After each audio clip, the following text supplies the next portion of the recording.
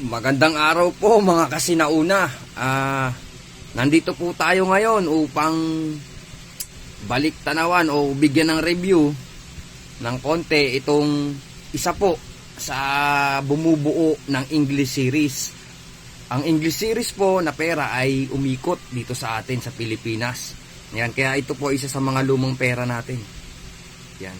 Siya po yung pangunahin sa mga bumubuo ng English series, ang 5 centavos po. Ito pong 5 centavos na to, ito po yung tinatawag na fractional notes o fractional bank notes. Ayan. Yan, sa bandang itaas po niya, makikita po natin ang logo o ang wikang Central Bank of the Philippines. Ito nga po pala ang logo. Itong nasa bandang ibaba, bandang kaliwa. Ayan, andyan din po ang serial number niya sa bandang itaas. Ang prefix at ang kanyang serial number.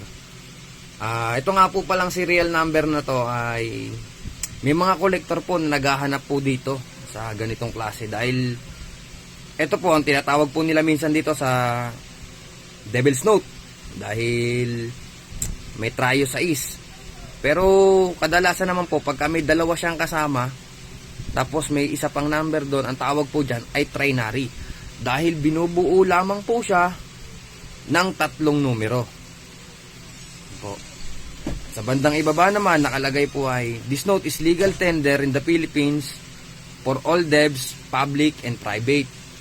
Yan.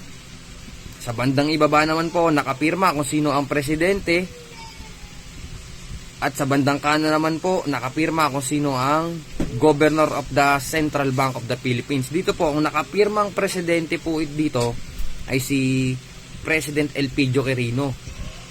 Sa kanan naman po, ang nakapirmang governor naman po of the Central Bank ay si Miguel Cuaderno. Ito po yung tinatawag na Quirino Cuaderno Signatory.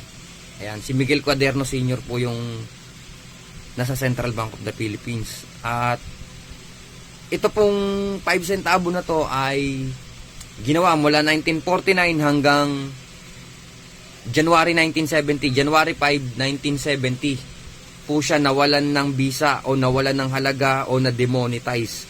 Kung ano man po yun, yun na yun. At may dalawang variation nga po itong banknote po na ito. Ang isang variation niya po ay pinanghawakan ng ating dating Pangulong Presidente Ramon Magsaysay. At ang Central Bank Governor pa rin po ay si Miguel Cuaderno. Ang nagkaiba lamang din po, tingnan natin sa bandang likuran niya, ay ang nagprint, kaya meron po siyang dalawang variation. Yung Security Banknote Company, sa pagkakaalam ko po, yung isa ay yung Waterflow and Sons Limited Company, nagawa pa rin po sa London. Yan po. Ito po yung bandang likuran ng 5 centavos. Ayan, zoom natin. Meron po siyang maliliit na Central Bank of the Philippines. Yan pa oval, ayan. Yan po ang kanyang bandang bahaging likuran. Ganito po kaganda ang mga dati nating pera. Isin natin. Ito nga po pala ay may sukat na 108 by 55 millimeter. O sa inches naman siya ay 4.25 by 2.17 inches. May kaliitan po siya. May kaliitan po siya kumpara sa mga pera na umiiral ngayon o sa mga sinundan niya na pera.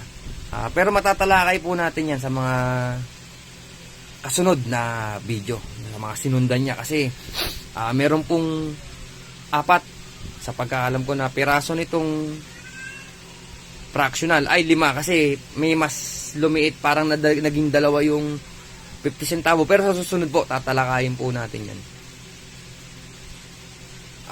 Isisingit ko na nga lang po na ang pagpapasalamat sa pagsuporta nyo sa akin bilang si Coin Hunter Philippines.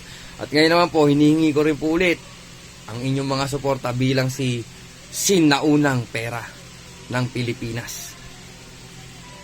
Maraming salamat po. Yun lamang.